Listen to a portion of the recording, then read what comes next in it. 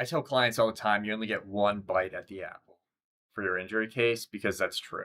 Once a case is resolved, you can't revisit it. This is the case. You have to make sure everything's being done properly. And a lot of clients, they have this misconception that, okay, well, this is what happened to me during the accident. This is how I'm feeling. Um, there's some sort of exact, calculation of how much my case is worth. Everyone knows that. My attorney will know that. But that's not true. You have to make sure that this process is done properly, that you receive treatment for your injuries, that the full extent of your injuries are captured. And we know exactly what's wrong with you by and through your treating providers, that you get better. And then we'll have a better sense of what your case is worth.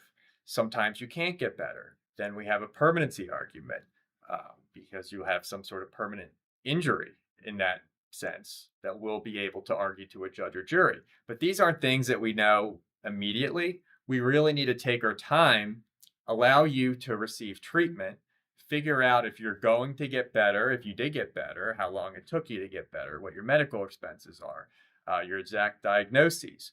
But if you're not able to get better, we need to figure out why that is and what your permanent injuries are. So it's really a process that needs to be followed.